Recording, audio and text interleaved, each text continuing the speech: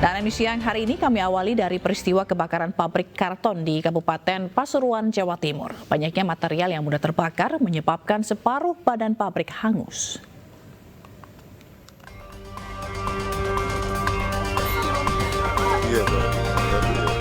Hingga Selasa pagi, si jago merah masih membakar pabrik karton di lingkungan Bareng, Desa Sumberjo, Kecamatan Pandaan, Kabupaten Pasuruan, Jawa Timur. Banyaknya material yang mudah terbakar menyebabkan api sulit dijinakkan. Petugas pemadam kebakaran yang mendatangi lokasi kejadian berjibaku menjinakkan api yang telah meluluh lantakkan pabrik tersebut. Sementara warga yang rumahnya berdekatan dengan pabrik juga panik karena khawatir api akan menjalar. Ini tahu saya Pak, ini jam 3 kurang 10 menit, saya tahu kelihatan, ada api membesar. Saya kirakan itu, saya lihat, itu pabrik karton itu. Tahu-taunya saya sudah besar, penyebab sebabnya saya tidak tahu. Jadi tadi yang kelihatan, sampai sekarang masih kelihatan itu ada masih ada. Yang jelas. Beruntung tidak ada korban jiwa, namun kerugian ditaksir mencapai ratusan juta rupiah. Sementara pihak kepolisian hingga saat ini masih melakukan penyelidikan. Dari Pasuruan, Jawa Timur, iNews melaporkan. Dramatis aksi warga saat menolong pengemudi ojek online yang tertimbun aspal panas usai truk pembawa aspal terperosok ke dalam parit. Akibatnya pengemudi ojek online mengalami luka bakar 20%.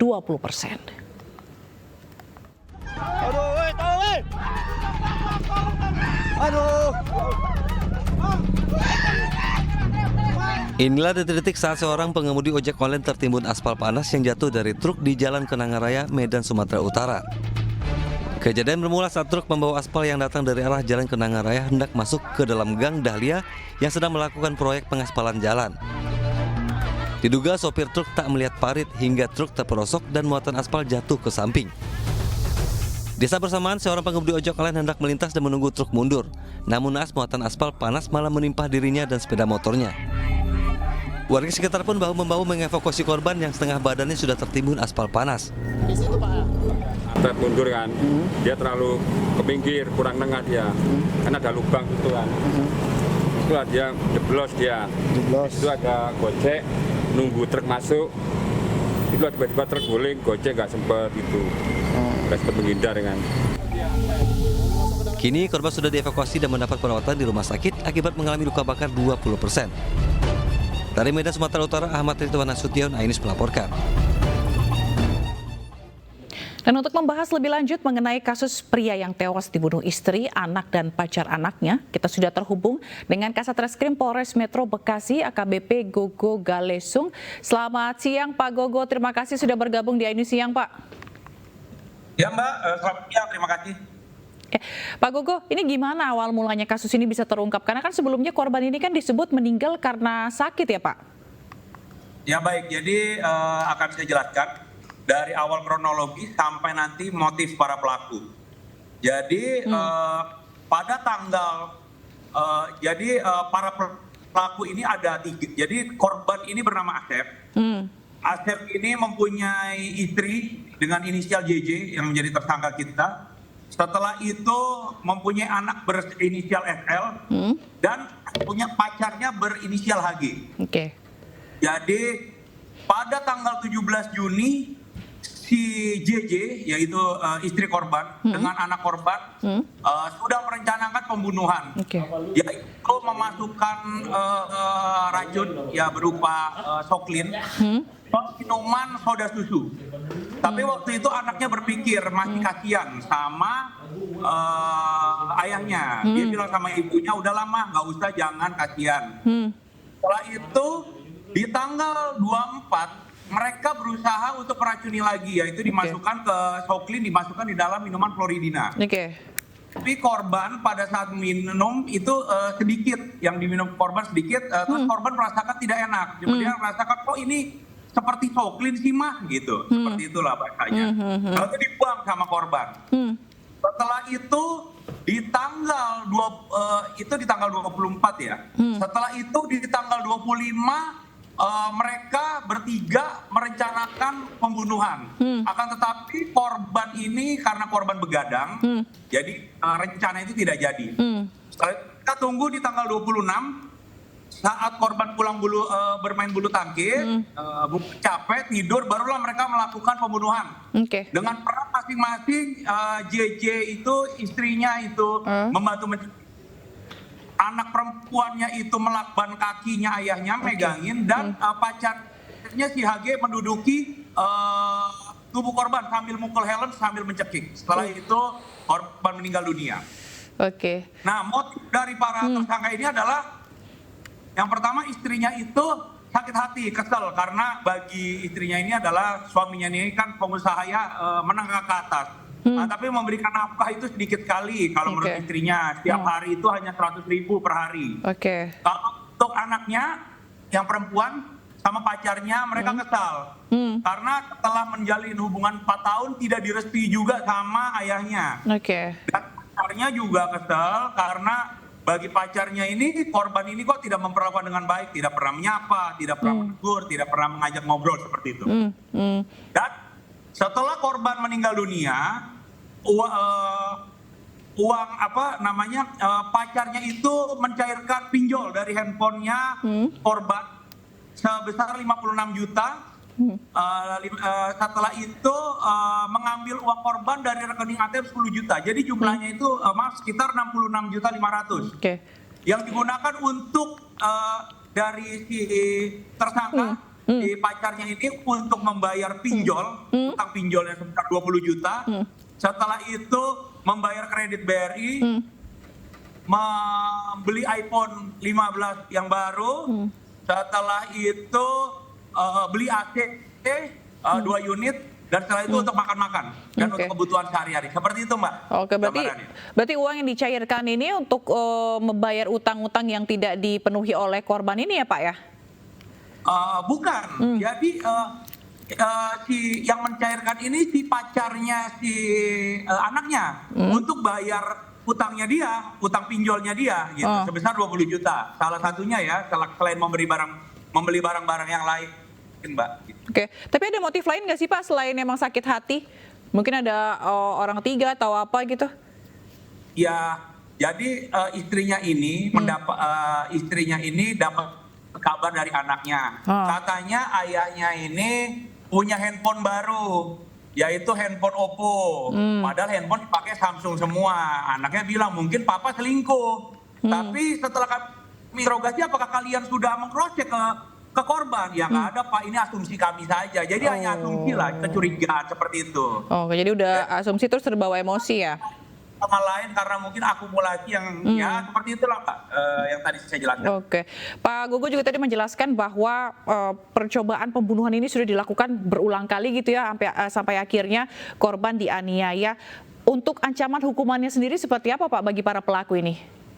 Kami jerat yaitu pasal pembunuhan berencana 340 KUP, pasal 338 pembunuhan, pasal 351 ayat 3 penganiayaan yang menyebabkan kematian.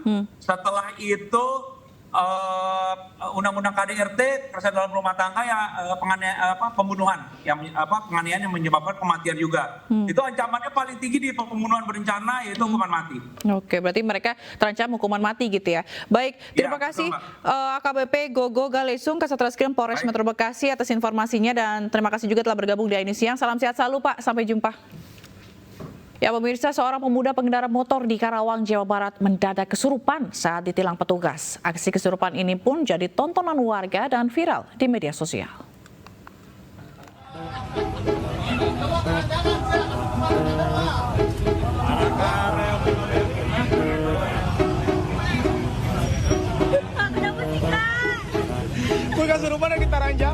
Seorang pengendara motor ini tiba-tiba mendadak kesurupan saat hendak diamankan polisi dalam razia Patuh Lodaya 2024. Remaja ini berteriak dan mengamuk seperti dirasuki makhluk halus.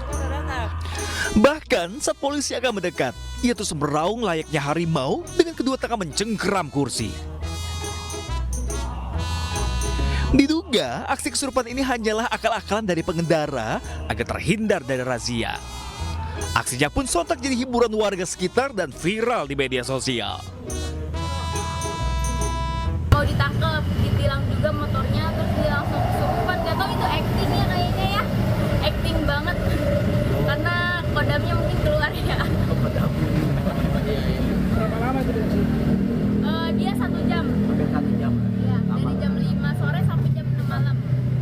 sadar sendiri atau ada yang nyadarin?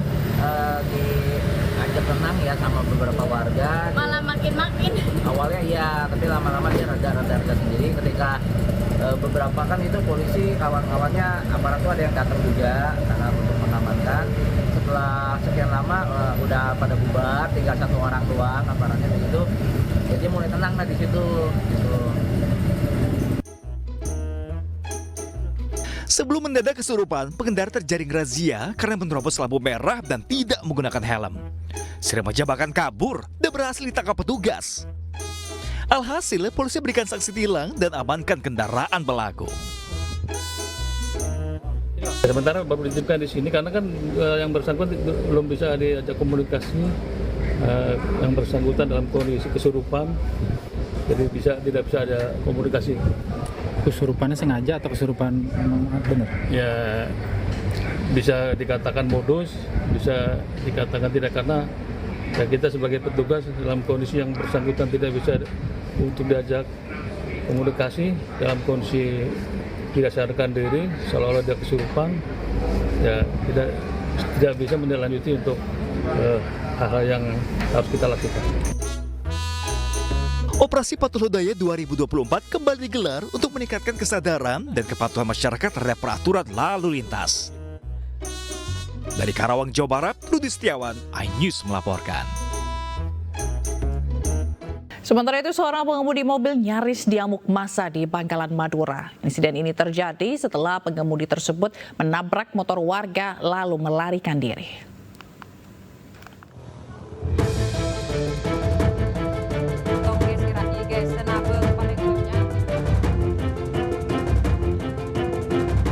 Warga dihebohkan dengan aksi tabrak lari yang dilakukan pengemudi mobil sedan di wilayah Kecamatan Geger, Bangkalan. Pelaku MH yang melarikan diri akhirnya berhasil ditangkap warga hingga menjadi bulan-bulanan. Warga yang geram memukuli MH, beruntung pengemudi tersebut diselamatkan tokoh masyarakat setempat. Aksi tabrak lari ini berawal saat pengemudi mobil sedan menabrak pengendara motor metik yang bernama Ahmad Afiduddin. Bukannya menolong, MH kemudian kabur meninggalkan korban yang tergeletak bersama motornya. Warga yang melihat kejadian kemudian melakukan pengejaran. Namun MH kemudian menabrak salah satu motor yang mengejarnya hingga akhirnya berhasil diamankan warga. Pelaku dibawa ke unit Gakum Satlantas Polres Bangkalan. Dari pemeriksaan sementara diduga mengalami gangguan kejiwaan. Mobil tersebut nabrak sepeda motor Beat, setelah itu melarikan diri. Dikejar oleh warga dan sempat dihakimi. Tapi ada salah satu tokoh yang menolong dan diamankan dibawa ke polsek. Kasus tabrak lari ini masih dalam penanganan polisi. Mobil sedan milik pelaku masih disita untuk barang bukti. Dari Bangkalan, Jawa Timur, Taufik Syarawi, iNews melaporkan. Pemirsa, seorang janda muda ditangkap polisi karena mencuri sepeda motor di Bangkalan, Jawa Timur. Pelaku ditangkap usai teridentifikasi kamera CCTV saat melakukan pencurian sepeda motor bersama rekannya.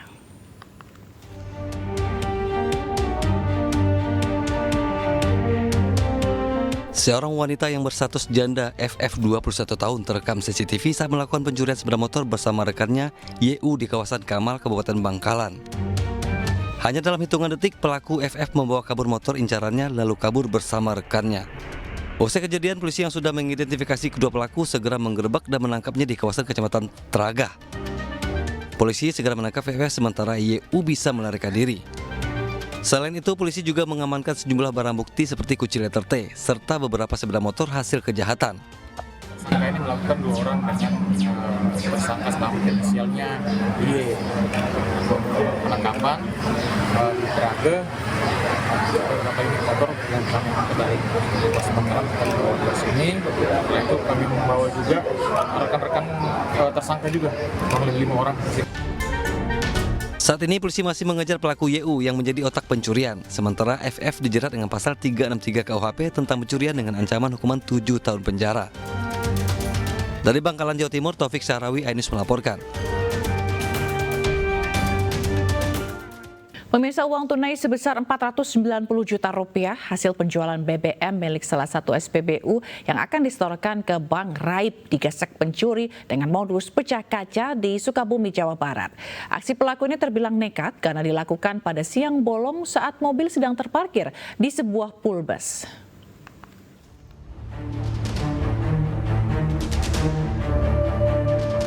Aksi pencurian dengan modus pecah kaca mobil terjadi di area parkiran Pool Bus Damri di Jalan Kiai Haji Ahmad Sanusi, Gunung Puyuh, Kota Sukabumi, Jawa Barat, Senin siang. Pelaku yang diduga lebih dari satu orang nekat melakukan pencurian pada siang bolong yang mengakibatkan uang tunai sebesar 490 juta rupiah yang disimpan di jok tengah Raib digasak pencuri. Sebelum kejadian, korban membawa uang tunai sebesar 490 juta rupiah hasil penjualan BBM di SPBU untuk disetorkan ke sebuah bank. Namun di perjalanan, ban mobil yang dikendarainya tiba-tiba kempes. Usai ditambal, korban yang tidak curiga mampir ke Pool Bus Damri untuk melakukan penagihan uang BBM. Saat masuk ke kantor Damri, para pelaku memecahkan kaca mobil dan mengambil uang tersebut.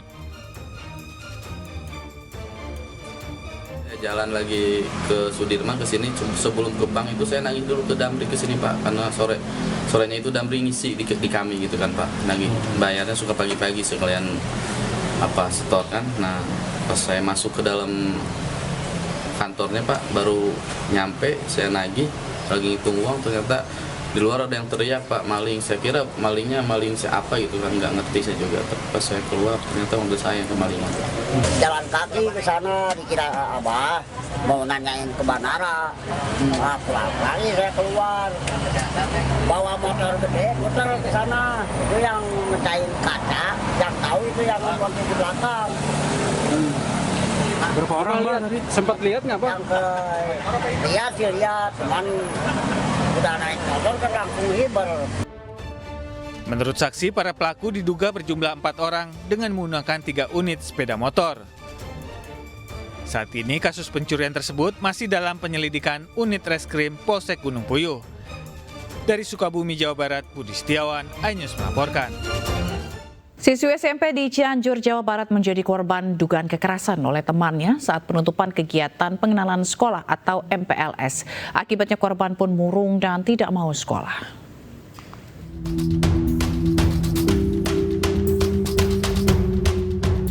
Inilah kondisi AD 12 tahun, siswi SMP Negeri 1 Sindang Barang, Kecamatan Sindang Barang, Cianjur, Jawa Barat, yang menjadi korban dugaan kekerasan saat melaksanakan penutupan MPLS pekan lalu. Sejak kejadian tersebut, kondisi korban kini tidak mau sekolah dan lebih banyak murung. Tidak hanya itu, korban juga sering mengeluhkan rasa sakit di bagian pinggang yang diduga akibat dipukul sebanyak 5 kali hingga tersungkur oleh terduga pelaku yang juga siswi baru. Korban diantarkan orang tuanya memeriksakan kondisi kesehatannya di RSUD Cianjur. Orang tua korban menyayangkan kejadian penganiayaan lantaran kejadian tersebut disaksikan oleh sejumlah guru serta peserta siswa MPLS lainnya. Namun tidak ada tindakan dan teguran yang diberikan kepada terduga pelaku.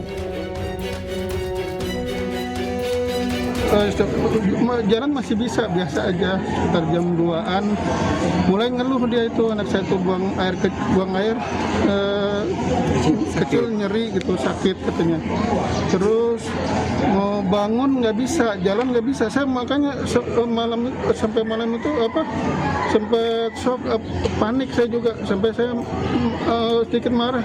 Saya telepon ke orang tua si pelaku gitu, saya minta pertanggungjawabannya. Ini kan anak kecil ya, kelas 7 SMP yang baru masuk. Semua harus kita selamatkan gitu ya. Harus kita selamatkan semuanya ya, baik si A-nya maupun si B-nya gitu ya. Yang jelas harus sekolah, kita harus selamatkan gitu ya, supaya hal-hal bullying atau aksi kekerasan itu tidak terjadi di setiap sekolah ya, baik di luar Cianjur apalagi di Cianjur. Pihak Dinas Pendidikan Pemuda dan Olahraga Cianjur masih menunggu hasil pemeriksaan medis kondisi fisik korban. Jika terbukti, maka pihak sekolah dan terduga pelaku akan diberikan sanksi sesuai aturan yang berlaku. Dari Cianjur, Jawa Barat, Muhammad Andi Ihsan, iNews melaporkan.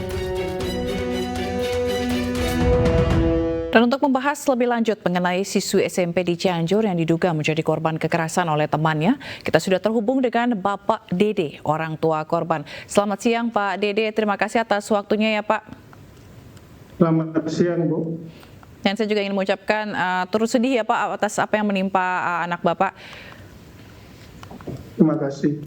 Pak, mungkin bisa diceritakan kembali kepada kami Pak, bagaimana kejadian perundungan yang dialami oleh putri Anda ini bisa terjadi?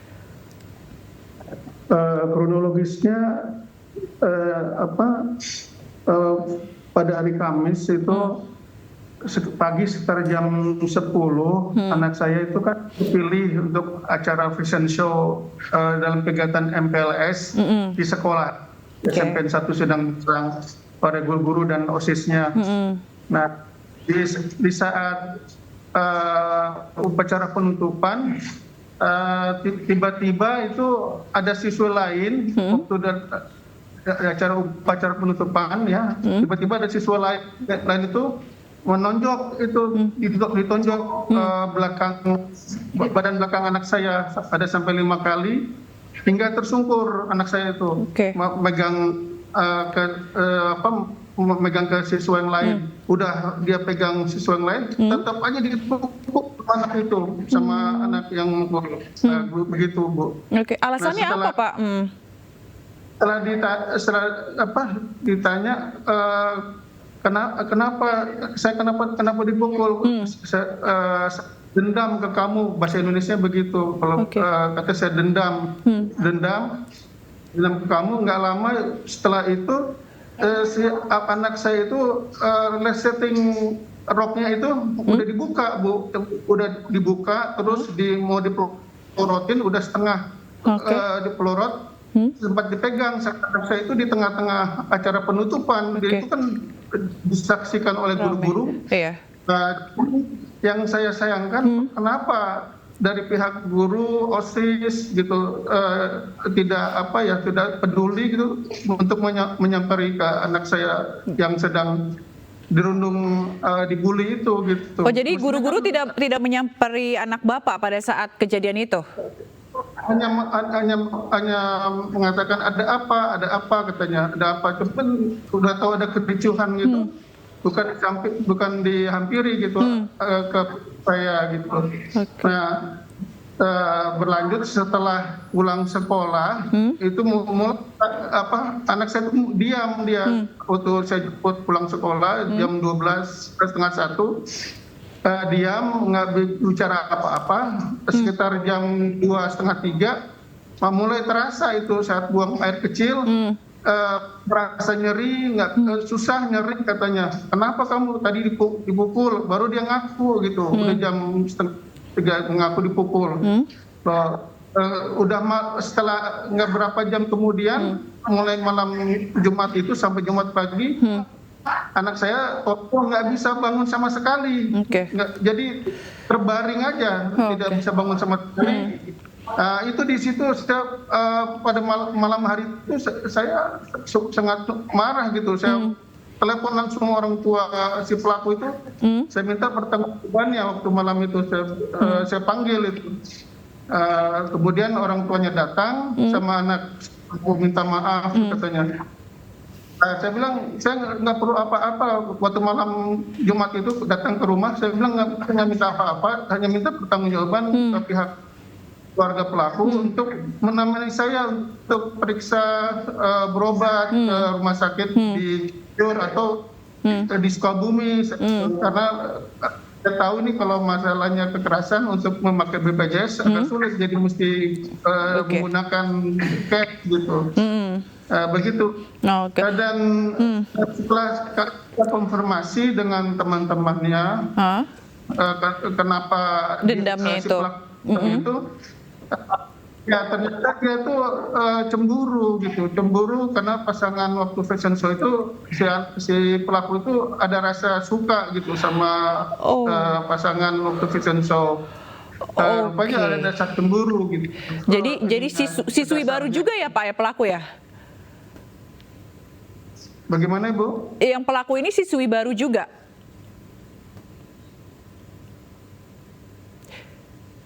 Pak Dede? baru berkenalan sekitar 2-3 hari aja dengan siswa baru juga. Perangai sudah menunjukkan seperti premanisme di kelas gitu ya, seperti mengambil handphone anak saya tanpa izin, ngambil makanan ataupun jajanan anak saya jajan tinggal ngambil gitu tanpa izin gitu. Gitulah. Dari puncaknya itu setelah pemukulan yang saya sangat sayangkan ini kenapa ada oknum di sekolah dikatakan ini bukan perundungan, sedangkan itu udah jelas-jelas anak saya roknya itu udah dibuka, udah mau setengah turun, itu ada setting rok. Nah itu kan sambil mempermalukan di tengah-tengah peserta gitu. Itu yang saya sangat sayangkan. Dan ada juga untuk memutarbalikan fakta dari pihak keluarga korban juga gitu. Apa kata keluarga korban memang Pak? Karena kan keluarga pelaku maksud saya. Bagaimana Ibu? Apa yang disampaikan oleh keluarga pelaku? Fakta apa yang diputarbalikan oleh keluarga pelaku?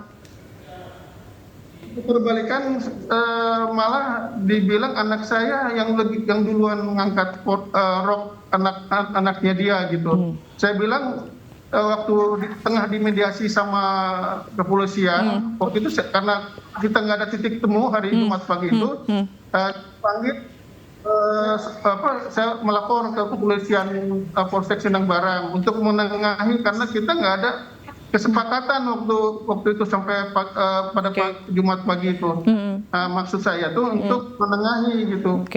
Berarti kasus ini lanjut ke polisi Pak, berlanjut ke hukum ya Pak ya?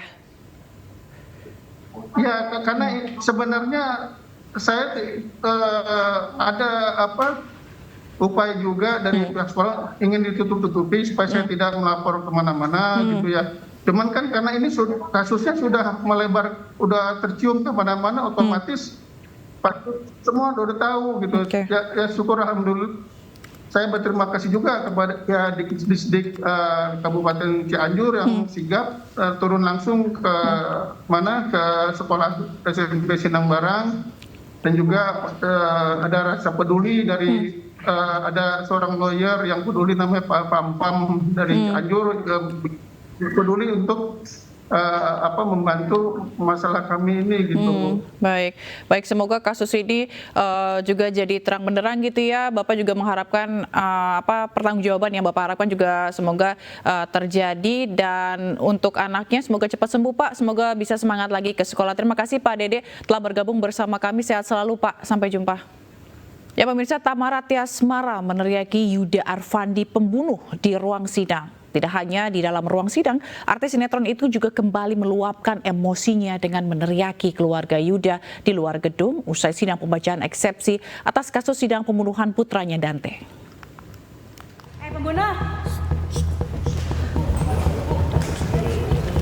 Tamara Samara tampak tak bisa menahan emosinya setelah sidang eksepsi Yuda Arfandi. Tamara menunjukkan kekesalan dengan meneriaki mantan kekasihnya Yuda dengan kata pembunuh dalam sidang di Pengadilan Negeri Jakarta Timur Senin siang. Tak cukup sampai di situ, ibunda Dante itu juga kembali meluapkan kekesalannya dan berteriak di luar sidang kepada keluarga Yuda. Teman-teman saya terus di sosmed tuh berani gitu. Allah yang balas ya, Allah yang balas, semoga anakku di bawah.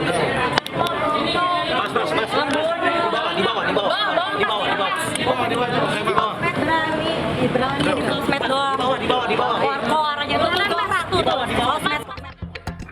Tamara mengatakan tak kuasa menahan emosi lantaran keluarga mantan kekasihnya hingga kini tak ada niat baik, bahkan kerap menyerangnya di media sosial. Benar-benar bersyukur ya, bersyukur banget eksepsinya ditolak ya tadi. Alhamdulillah ini doa kita sama ini gitu. Akhirnya proses persidangannya tetap lanjut. Gitu. Nggak mungkin nggak emosi loh. Apa yang disampaikan dari keluarga? Oh itu yang tadi itu. Soalnya setiap aku update apapun selalu dikomen sama dia. Nah kebetulan ada orangnya ketemu, kenapa nggak ngomong langsung? Kenapa tadi dalam malah diem terus adanya kabur gitu, malah keluar.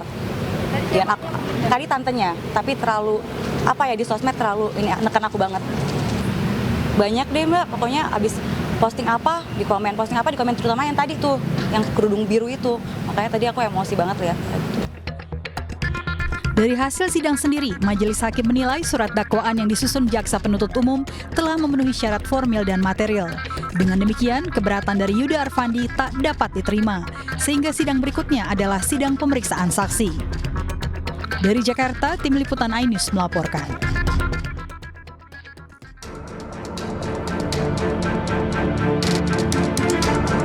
Tersangka Yuda Arfandi membenamkan korban sebanyak 12 kali di kolam sedalam 1,5 meter dengan durasi berbeda-beda. Tersangka berdalih sengaja menenggelamkan korban untuk melatih pernapasan korban agar kuat di dalam air. Korban kemudian lemas dan tewas di tepi kolam saat berupaya diselamatkan. Saat kejadian, Tamara menitipkan putra kesayangannya yang masih berusia 6 tahun kepada Yuda. Namun siapa sangka, buah hatinya tewas secara tragis di tangan kekasihnya. Dari hasil otopsi tidak ditemukan tanda kekerasan di tubuh korban. Korban meninggal akibat tenggelam, yakni terlalu banyak meminum air sehingga paru-paru korban mencair. Bahwa tersangka melihat ke arah kanan dan kiri, memastikan tidak ada orang yang melihat.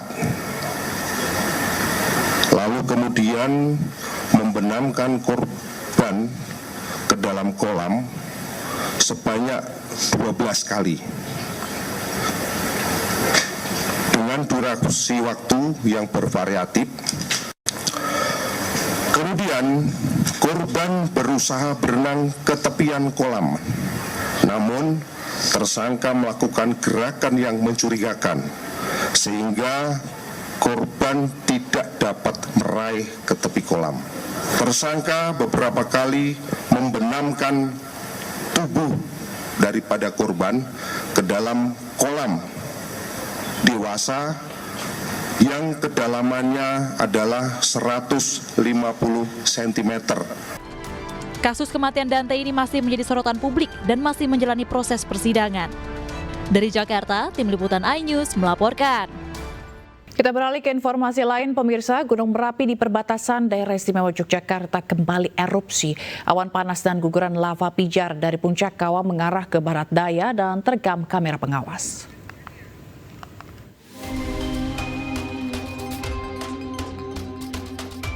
Gunung Merapi di perbatasan Daerah Istimewa Yogyakarta kembali erupsi pada Senin dini hari. Luncuran lava Gunung Merapi terekam CCTV BPBD Kabupaten Sleman. Selain lava pijar, erupsi Gunung Merapi juga memuntahkan awan panas dengan durasi 126 detik dengan jarak luncur 1.200 meter mengarah ke barat daya pada pukul 4 dini hari. Balai Penyelidikan dan Pengembangan Teknologi Kebencanaan Geologi atau BPPTKG Yogyakarta mencatat selama 6 jam sejak Minggu sore hingga pukul 24, gempa di kawasan puncak Gunung Merapi terjadi hingga 8 kali dengan durasi gempa paling lama 85,96 detik. Masyarakat di lereng Gunung Merapi diminta terus meningkatkan kewaspadaan dan tidak beraktivitas apapun di area dengan potensi bahaya. Sampai saat ini BPPTKG Yogyakarta masih mempertahankan status gunung pada level 3 atau siaga. Dari Sleman, Daerah Istimewa Yogyakarta, Heru Trijoko, iNews melaporkan. Pemirsa, kantor imigrasi Ngurah Rai Bali mengamankan puluhan warga negara asing termasuk 10 warga negara Cina. Mereka melakukan kegiatan usaha di Indonesia yang melanggar peruntukan izin tinggal yang diberikan. Warga negara asing yang bermasalah yang sedang ditangani oleh kantor imigrasi. Kasus yang sedang kami tangani saat ini yaitu 2 kasus. Puluhan warga negara asing yang ditangkap kantor imigrasi Ngurah Rai dari sejumlah tempat di Bali. 10 diantaranya merupakan warga negara Cina yang diduga menyalahgunakan izin tinggal. Mereka juga melakukan kegiatan kriminal berbasis daring dengan melakukan aktivitas penjualan daring token listrik, perlengkapan rumah tangga hingga pulsa. Ironisnya, mereka melakukan e-commerce dengan melakukan perdagangan langsung dari Bali dengan Cina yang dapat membahayakan dan mengancam perekonomian masyarakat. Petugas mengamankan sejumlah barang bukti berupa laptop dan telepon pintar. Ke-10 WNA Cina ini akan dideportasi dan namanya diusulkan masuk dalam daftar penangkalan masuk wilayah Indonesia. Saat ini 10 warga negara asing tersebut dikenakan pendetensian, di mana 1 orang didetensi pada ruang detensi kantor imigrasi imigrasi kelas 1 khusus Ngurah Rai dan 9 orang didetensi pada rumah detensi. Pemirsa, kapal layar motor atau KLM Mitra Pesisir berpenumpang 6 orang dilaporkan hilang kontak di perairan Mamuju, Sulawesi Barat. Basarnas Mamuju masih terus melakukan pencarian terhadap kapal layar motor Mitra Pesisir bersama 6 orang ABK yang hilang kontak hingga Senin siang. Petugas menurunkan 15 personel dan kapal KN Praksit. Penyisiran dilakukan di lokasi titik hilangnya kapal hingga di perairan Pasangkayu. Kapal tersebut diketahui berlayar dari Kabupaten Baru dengan tujuan Kalimantan Timur. Sebelumnya salah satu ABK kapal tersebut sempat menghubungi salah satu agen kapal jika mereka mengalami mati mesin di sekitar perairan Mamuju. Kami dari Kantor Pencarian dan Pertolongan Mamuju melaksanakan operasi SAR terhadap kecelakaan kapal di mana KLM Mitra Pesisir mengalami lost contact diduga akibat kerusakan mesin. Sesuai dengan laporan dari keluarga korban bahwa pihak nakoda telah melaporkan ke keluarga bahwa KLM Mitra Pesisir mengalami mati mesin di perairan Kabupaten Mamuju. Sementara itu pemirsa, hari ini Barreskrim Polri akan mengadakan gelar perkara ulang dan kita akan memantau informasi terkini. Sudah ada rekan Jen Cahyani di sana. Selamat siang, Jen. Apakah gelar perkara ulang sudah selesai dilaksanakan? Baik, selamat siang Zila dan juga pemirsa. Sampai saat ini gelar perkara ulang pada hari ini yang dijadwalkan di Barreskrim Polri masih belum dimulai, yang memang sebelumnya dijadwalkan pada pukul 11 siang. Namun hingga saat ini kami bersama awak media masih menunggu kedatangan dari para kuasa hukum 6 terpidana yang hari ini akan hadir pula dalam gelar perkara ulang yang dilakukan hari ini di Barreskrim Polri. Dan sejauh ini informasi yang kami dapatkan atau kami terima, ini nanti pada gelar perkara ulang yang akan dilakukan di Barreskrim Mabes Polri pada siang ini akan hadir pula 6 terpidana yang sempat melaporkan Ibtu Rudiana atas dugaan penganiayaan, dan kami akan lihat nantinya apakah memang hadir 6 terpidana tersebut dan apakah Ibtu Rudiana ini selaku juga ayah dari Eki ini akan hadir pula dalam gelar perkara nanti. Namun saat ini kami masih menunggu tim kuasa hukum dari 6 terpidana tiba di Barreskrim Mabes Polri. Namun kalau saya pantau di belakang sini, ini sudah ada tim dari Peradi atau Persatuan Advokat Indonesia yang juga ikut mengawal kasus ini bersama dengan para tim kuasa hukum dari 6 terpidana.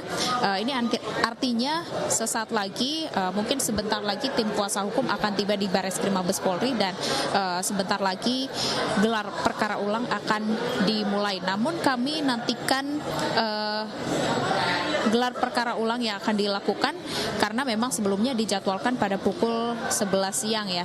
Dan sampai saat ini kami masih menunggu untuk gelar perkara ulang yang dijadwalkan. Nantinya juga kemungkinan akan dihadiri juga oleh 6 terpidana, yakni terpidana Jaya, Eka, Hadi, Eko, Supriyanto, dan terpidana Rivaldi yang sudah mendekam di dalam penjara sejak tahun 2016 lalu pada saat kejadian meninggalnya Vina dan Eki di Cirebon pada tahun 2016. Kami masih menunggu Zila dan juga pemirsa, dan juga nanti apakah kami akan mendengarkan ya apakah alasan dari Barreskrim Mabes Polri untuk mengadakan gelar perkara ini, kemudian apakah fakta-fakta terbaru dan perkembangan kasus ya terhadap kasus meninggalnya Vina dan Eki ini sejak menjadi perhatian dari masyarakat, bagaimana kebenaran dari kasus meninggalnya Vina dan Eki ini. Kami akan tunggu dan kami akan secepatnya update informasi kepada Anda pemirsa. Kami kembalikan ke Anda Zila. Baik, kita akan tunggu bagaimana perkembangan nanti di sana. Terima kasih Jen Cahyani, selamat bertugas kembali. Ya pemirsa, saksi Dede sebelumnya mengaku diminta saksi Aep dan ayah Eki, Ibtu Rudiana ini untuk memberikan keterangan palsu tahun 2016 silam. Akibat kesaksian Dede dan Aep, 8 orang ini masuk penjara karena dinilai terlibat dalam pembunuhan Vina dan Eki.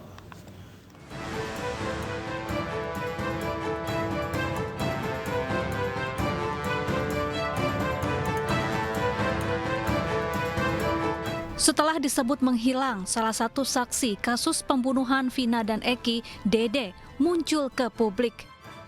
dalam wawancaranya di akun YouTube mantan Bupati Purwakarta Deddy Mulyadi, Dede mengungkap pernyataan mencengangkan. Dede mengaku diperintah rekannya Aep dan ayah Eki, Ibtu Rudiana, untuk menjadi saksi tahun 2016 silam. Padahal Dede tak tahu apa-apa tentang peristiwa tersebut. Namun karena merasa takut dan terpaksa, Dede memberikan keterangan palsu. Sementara itu, keluarga Dede menyebut Dede sebenarnya sudah lama ingin mengakui kebohongannya. Viral-viral ini itu juga nggak yang langsung Dede begini-begini, ya memang anaknya tertutup ya. Mulai menceritakan itu ya pas malam dia langsung ngomong. Pas viral itu udah cerita-cerita, akhirnya ya udah dia mungkin karena dorongan dari kita keluarga buka, berkata sejujurnya, tolong yang ada di dalam, udah gitu ya udah, akhirnya dia mungkin mikir-mikir, akhirnya nurut sama kita ya pihak keluarga untuk datang ke bapak, minta tolong gitu, mau diungkapin semuanya gitu. Ya kendalanya kan ya sesuai yang Dede bilang itu, kita kendalanya karena nggak ada pendamping, itu aja. Sebelumnya, usai mantan tersangka kasus Vina Cirebon Peggy Setiawan bebas lewat putusan pra-peradilan, saksi Aep lantas menghilang. Padahal pasca penangkapan Peggy beberapa waktu lalu, Aep sempat muncul dan kembali memaparkan kesaksiannya. Adapun ayah Eki, Ibtu Rudiana, baru satu kali muncul ke publik di awal kasus ini viral dengan mengunggah sebuah video. Ibtu Rudiana menjadi sorotan publik karena ia adalah orang pertama yang melaporkan kasus Vina. Tim Liputan iNews melaporkan. Dede, salah satu kunci atau saksi kunci kasus pembunuhan Vina dan Eki yang sebelumnya menghilang, muncul ke publik. Ia membeberkan skenario kesaksian palsu yang diatur oleh ayah Eki, Ibtu Rudiana. Polres. Nah, setelah dalam Polres saya tanya, mau ngapain di sini? Katanya buat keterangan saksi anaknya Pak Rudiana yang meninggal. Nah, setelah itu saya tanya, emang mau ngapain, kan kita tidak tahu peristiwa itu. Nah, udah katanya nanti saya arahin, saya ikutin apa kata saya, katanya. Dia bilang gitu. Nah, terus Pak Rudiana datanglah. Saya tanya ke Pak Rudiana juga, Pak Rudiana mau ngapain, buat keterangan apa, saksi anak saya yang meninggal, katanya. Nah, disitulah diceritakan saya nongkrong di warung. Kalau ke warung mah itu bener Pak, ke warung malam hanya membeli rokok. Cuman ada segerombolan anak nongkrong, pelemparan batu, bambu, pengejaran, segerombolan motor ada di situ, sebenarnya nggak ada Pak. Sudah diceritakan sebelum masuk BAP itu sudah diceritakan. Jadi sebelum kamu bertemu dengan Rudiana, kamu kan diajak oleh Rudiana telepon katanya kan? Bukan saya yang ditelepon Pak, saya ditelepon dengan Aep Pak. Ditelepon oleh Aep. Kamu diajak ke kantor polisi. Ya. Waktu kamu diajak ke kantor polisi, kamu tahu tujuannya untuk apa? Belum tahu Pak, saya nanyanya pas sudah masuk ke Polres Pak, di dalam. Apa katanya waktu kamu diajak ke kantor polisi? Ya saya tanya pas di dalam, mau ngapain di sini? Buat jadi saksi anaknya Pak Rudiana. Enggak, sebelum. Oh saya nggak pernah nanya Pak, cuma nggak nanya Pak. Oh dia aja. Oh tolong antar saya ke kantor polisi gitu. Ya. Oke, setelah saya kantor polisi, ya, apa yang terjadi? Ya saya tanya, mau ngapain di sini? Buat keterangan saksi kan, Pak. Saksi siapa? Pak Rudiana yang anaknya meninggal. Oh itu kata Aep. Iya.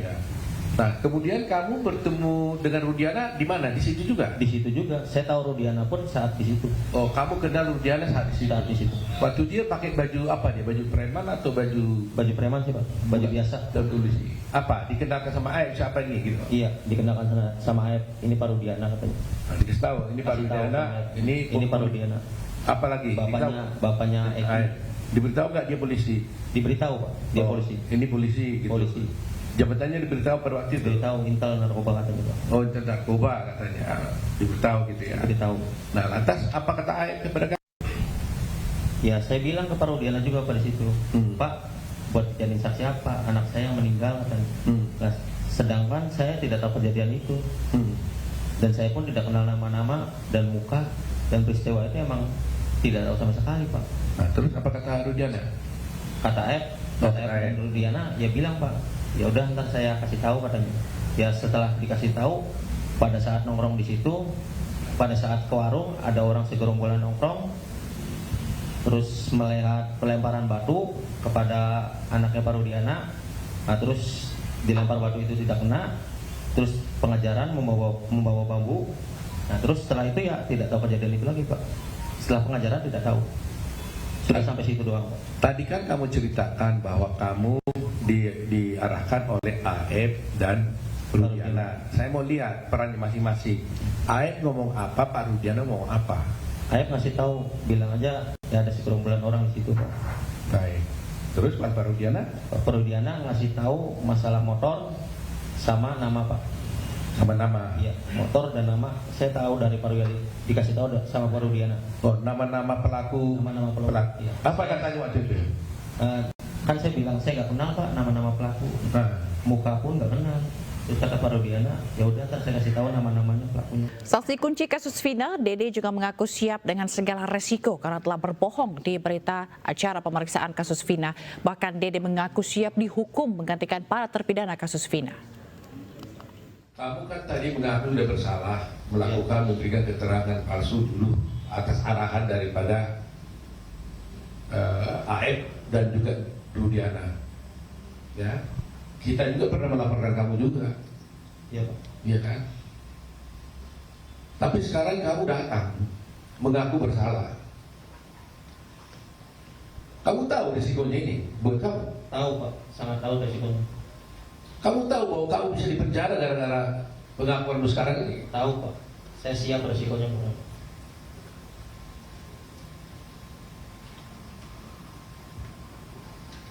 7 orang ini di dalam penjara gara-gara kamu. Iya, Pak. Kamu bersedia nggak masuk penjara supaya 7 orang ini keluar? Sangat bersedia, Pak. Yang penting intinya 7 terpidana itu saya mau keluar, Pak, bebas. Seperti kehidupan saya kemarin, Pak. Karena saya merasa bersalah. Meskipun kamu masuk penjara? Siap, Pak. Meskipun saya masuk penjara, menggantikan 7 terpidana itu saya siap, Pak. Jadi kamu siap 7 orang keluar, kamu masuk penjara? Siap, siap, Pak. Karena kamu merasa bahwa mereka masuk penjara gara-gara kamu? Saya, Pak. Sementara itu, kuasa hukum Ibtu Rudiana menolak segala tudingan keterlibatan kliennya pada pembunuhan Vina dan Eki. Ibtu Rudiana menunjuk Elza Syarif Pitra Romadoni dengan Perkumpulan Penasihat Hukum Indonesia sebagai kuasa hukumnya. Serangan balik disiapkan oleh Ibtu Rudiana dan kuasa hukum untuk menanggapi tudingan yang selama ini menyasar kepada dirinya. Tim kuasa hukum menilai selama ini pemberitaan dan tudingan terkait keterlibatan Ibtu Rudiana terkait penangkapan para terpidana kasus kematian Vina dan Eki adalah hoax.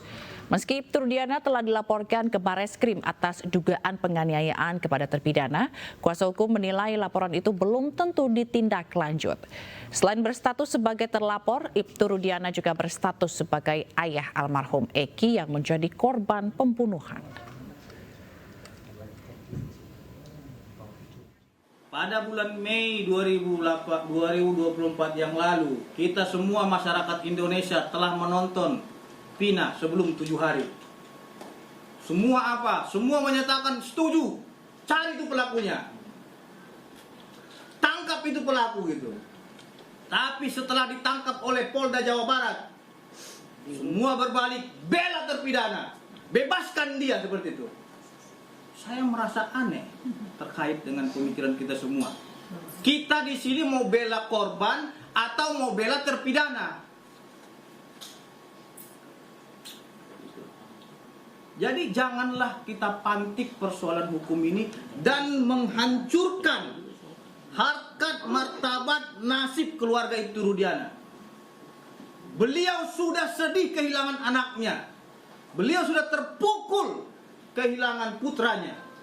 Keluarganya bersedih setiap hari dengan perundungan, bulian dan lain-lain netizen.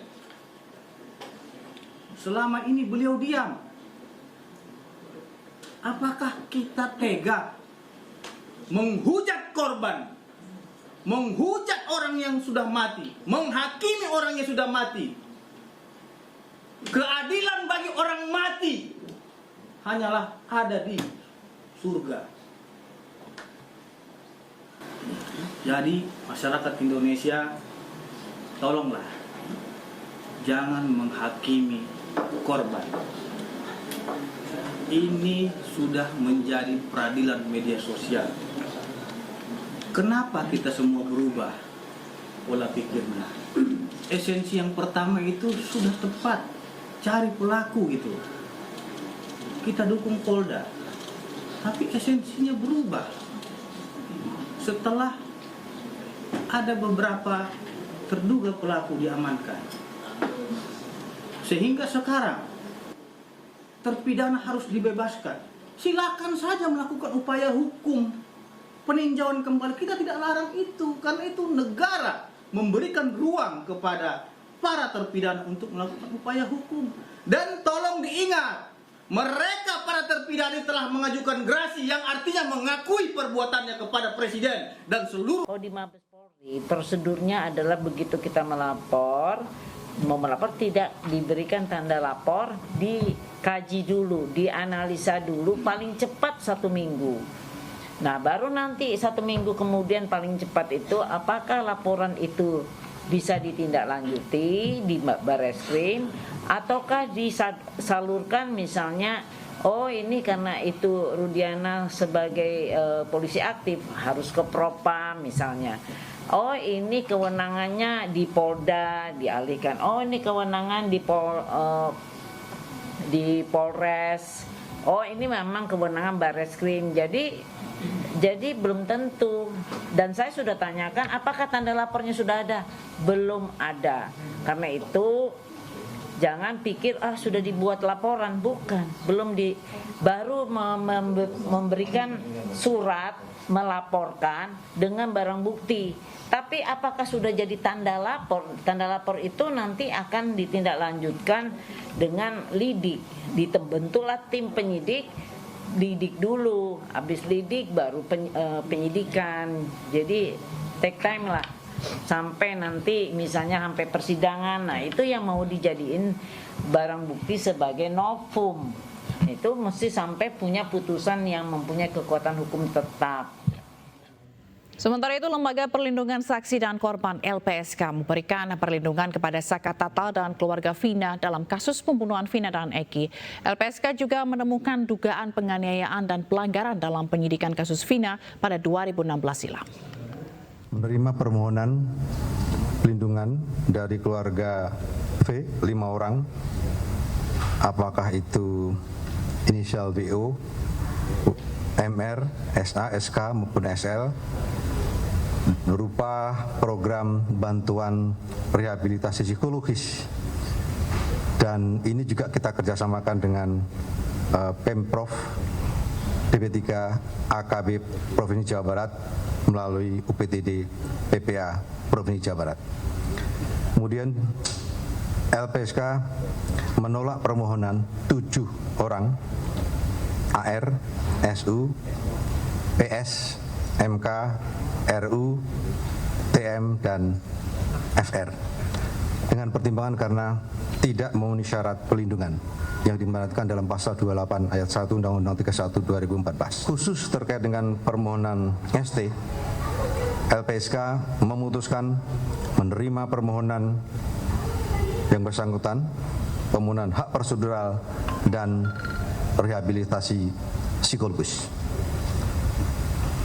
Selain itu juga berdasarkan penelaahan yang dilakukan oleh LPSK, terdapat beberapa temuan-temuan atau kejanggalan, antara lain adanya kejanggalan ketentuan KUHP dalam proses penyidikan yang telah dilakukan, dan adanya berdasarkan keterangan para pihak ada indikasi dugaan penganiayaan dan atau penyiksaan atau perlakuan yang tidak seharusnya yang terjadi pada tahun 2000. Pemirsa, sebuah peternakan yang berisi 60.000 ekor ayam di Tulungagung, Jawa Timur hangus terbakar. Kerugian akibat kebakaran ini ditaksir lebih dari 1 miliar rupiah.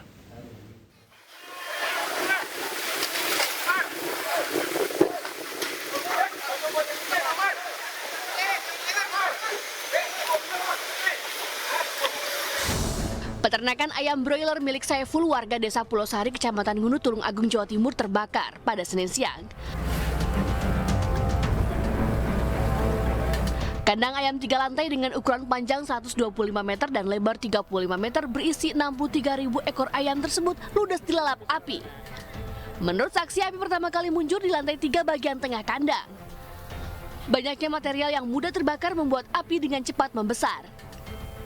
Akibat kebakaran ini seluruh bangunan peternakan beserta isinya ludes dilalap api. Total kerugian yang ditimbulkan akibat kebakaran ini ditaksir mencapai 1 miliar rupiah. Yang objek yang terbakar adalah ternak ayam. Ternak ayam untuk kerugian awal tadi kan itu dari pihak Inavis, ketemu dengan pemilik saya tanyakan itu ada 3 lantai. Jadi bangunan ini terdiri dari 3 lantai, ada 20.000 ayam di lantai 1, 2, 3, berarti total ada 60.000 ayam. Petugas memastikan tidak ada korban jiwa dalam peristiwa kebakaran ini. Sementara untuk penyebab kebakaran masih dalam penyelidikan pihak kepolisian. Dari Tulung Agung, Jawa Timur, Anang Agus Faisal, iNews melaporkan. Kita beralih ke informasi lain pemirsa. Akibat jalan rusak parah, warga terpaksa menggendong seorang lansia yang sedang sakit di Kecamatan Nanggung, Kabupaten Bogor, Jawa Barat. Warga mengeluhkan jalan yang telah bertahun-tahun rusak tidak ada jalur alternatif.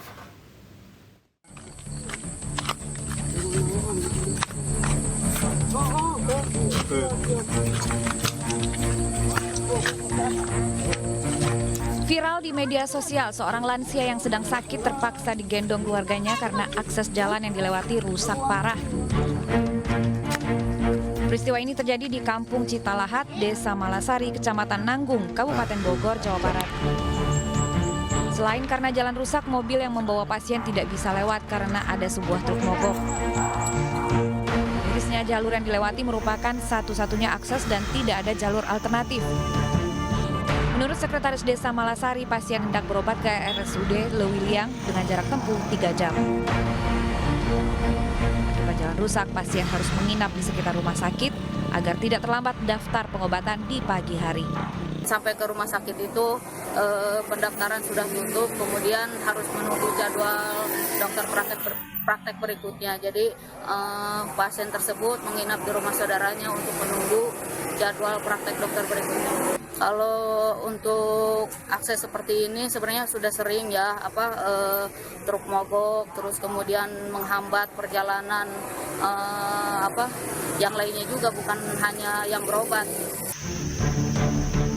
Menurut warga, kondisi jalan rusak sudah terjadi selama bertahun-tahun.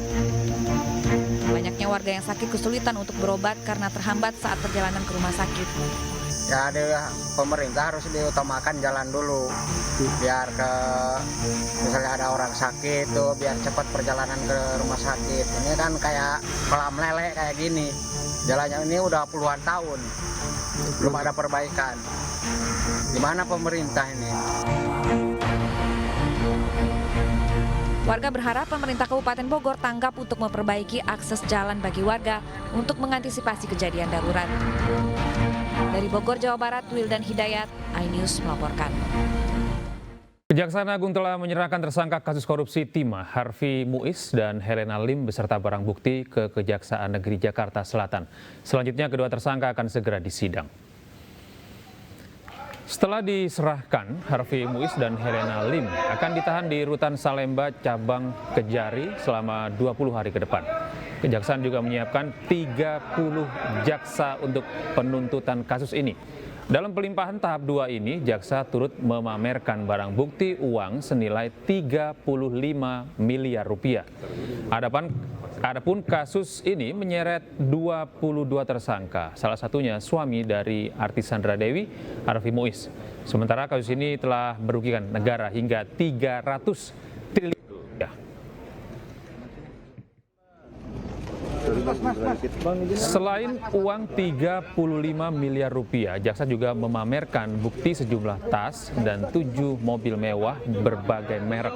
Ketujuh mobil mewah ini merupakan milik salah satu tersangka, Harvey Muiz. Namun bukti yang disita dari para tersangka ini baru sebagian dari seluruh bukti yang disita oleh kejaksaan.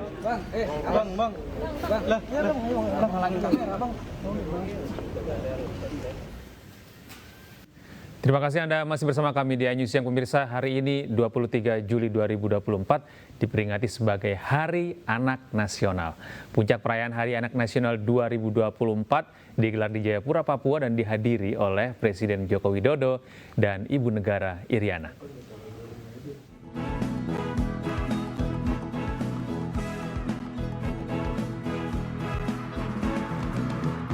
Presiden Joko Widodo dan Ibu Negara Iriana Joko Widodo menghadiri upacara puncak peringatan Hari Anak Nasional di Istora Papua Bangkit, Kota Jayapura, Papua. Saat hadir di acara, Presiden dan Ibu Negara memakai topi rumbai khas Papua. Presiden juga mengenakan noken atau tas anyaman dari Papua yang diselempangkan di bahunya. Jokowi dan Iriana disambut sejumlah menteri kabinet, antara lain Menteri Investasi Bahlil Lahadalia, Menteri Dalam Negeri Tito Karnavian, Menteri Pemberdayaan Perempuan dan Perlindungan Anak Bintang Puspayoga, serta Ibu Wakil Presiden Wuri Ma'ruf Amin. Jokowi lalu menyapa anak-anak yang hadir, dan seperti biasa, Presiden memberikan kuis dengan hadiah sejumlah bingkisan. 450 tambah 750.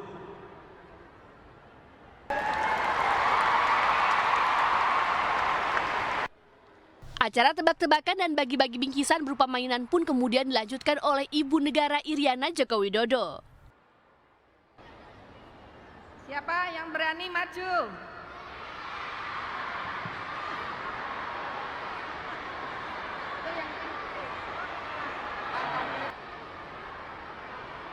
Pertanyaannya mudah aja ya.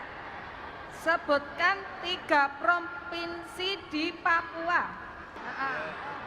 Papua Barat, Papua Barat, Papua Barat, Papua Pegunungan, Papua Barat, Papua Barat Selatan, Papua Pegunungan, Papua Tengah, Papua Tengah. Yang keras, ulangi, yang keras. Papua Barat, Papua Pegunungan, Papua Selatan, Papua Tengah. Ada momen unik ketika Presiden menantang anak-anak yang hafal Pancasila untuk maju ke depan. Sontak, ratusan anak dengan antusias maju mendekat ke Presiden siap menjawab. Hafal Pancasila.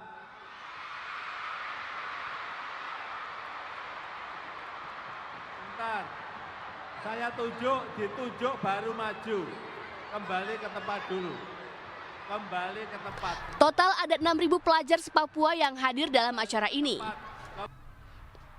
Tema yang diangkat pada Hari Anak Nasional ke-40 ini adalah Anak Terlindungi Indonesia Maju. Tema ini mencerminkan komitmen pemerintah untuk terus melindungi hak-hak anak agar mereka dapat berkembang dengan baik dan berkontribusi untuk kemajuan bangsa. Papua dipilih sebagai lokasi pelaksanaan agar kemeriahan perayaan Hari Anak Nasional juga dapat dirasakan oleh anak-anak di daerah terpencil dan terluar. Tim Liputan iNews melaporkan.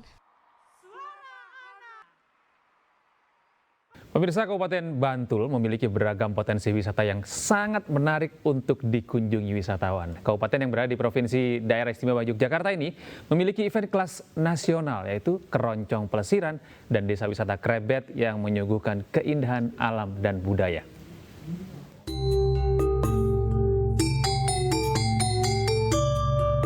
Mendengarkan musik Keroncong Plesiran di area wisata Hutan Pinus, Sari Mangunan menjadi sensasi yang harus dicoba oleh wisatawan yang berkunjung ke Kabupaten Bantul.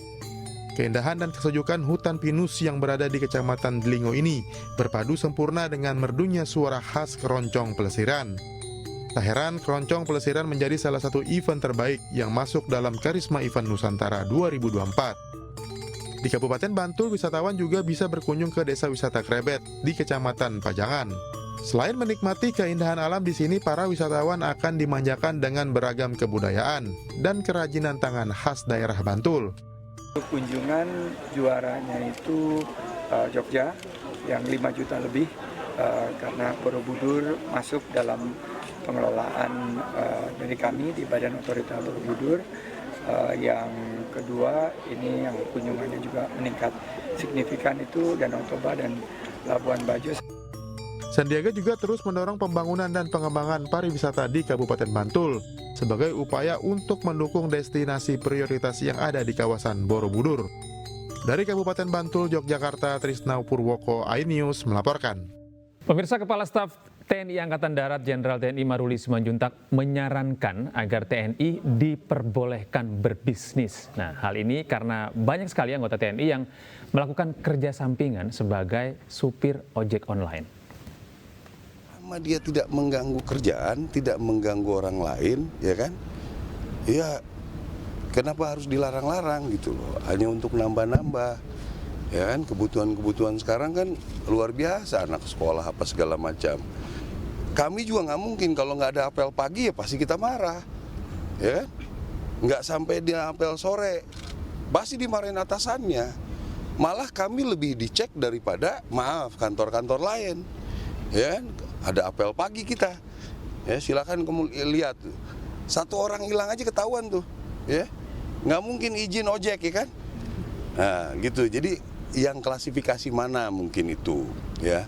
Nanti kita diinikan lagi lah, mungkin kalau bisa hal-hal yang seperti ini dibolehkan gitu, ini nggak boleh kan? Karena mungkin Mas sering ketemu nggak yang anggota saya suka ojek? Nggak pernah ketemu kan?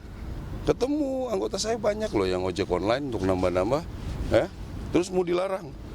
Ya udahlah, yang penting hadir kerja baik, 2-3 jam ngojek kan lumayan, ya kan? Saya kalau sempat ngojek juga karena pulangnya malam terus, nggak sempet juga gitu, ya.